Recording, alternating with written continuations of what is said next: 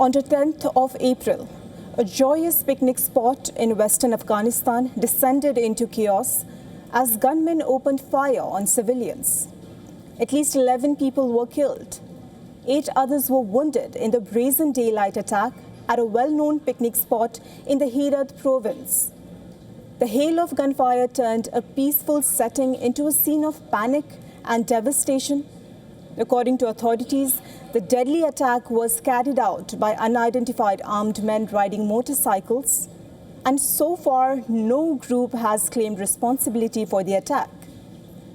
But the tragedy has shattered the illusion of safety in a region that has otherwise seen relative calm compared with other parts of Afghanistan. Our next report tells you more.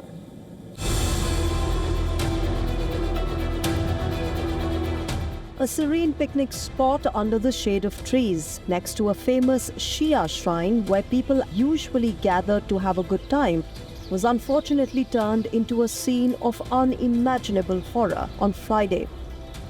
Unidentified gunmen on motorcycles opened fire on picnicking families in the Injil district of the Herat province. The heinous attack, which targeted a popular picnic spot adjacent to a famous Shia shrine, killed at least 11 people and wounded at least 8 others, 3 of whom are believed to be in a critical condition. Bullet marks visible on a wall of the Sayyid Muhammad Agha Shia shrine and bloodstains on an abandoned blanket narrated a tale of mayhem that was unleashed. We lost 4 martyrs. They were my brother-in-law, his brother, his wife, and one of his sons. They said we will go to the shrine as well as the children get some fresh air. It was around 1:30 p.m. or 1:45 p.m. that they called us and said, "Help us." We all have been shot. As fast as possible we arrived there. Till we arrived, Taliban prevented us from going further and told us not to go. There is fighting going on, you might also get killed.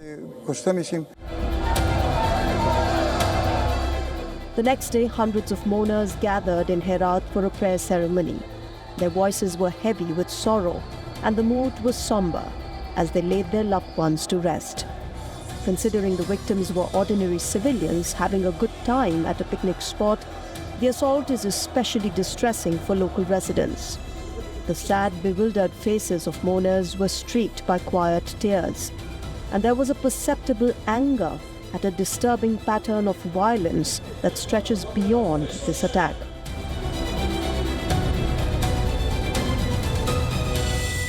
Over the years, Kabul alone has witnessed several bomb and gun attacks targeting security personnel, government buildings, and civilian areas.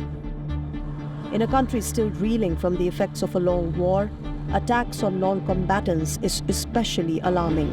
It suggests that armed violence can still erupt suddenly and without warning, even in places that feel relatively safe. Since returning to power in August 2021, the Taliban government has stressed that it has brought greater stability than the years of conflict. Officials have pointed to reduced large-scale clashes and a relatively safer security landscape. But assaults like the one witnessed on Friday exposes the cracks in that promise.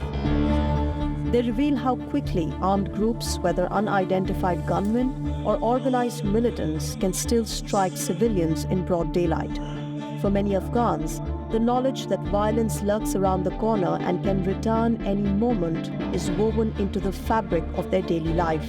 But so too is a defiant, stubborn will to continue living and being there for each other.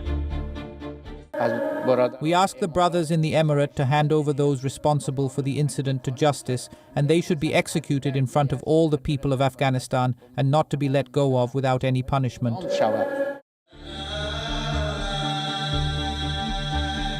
In the prayers and tears of mourners, there is both deep sorrow for the lives lost and a refusal to let such attacks strip the country of its humanity and a will to live without fear.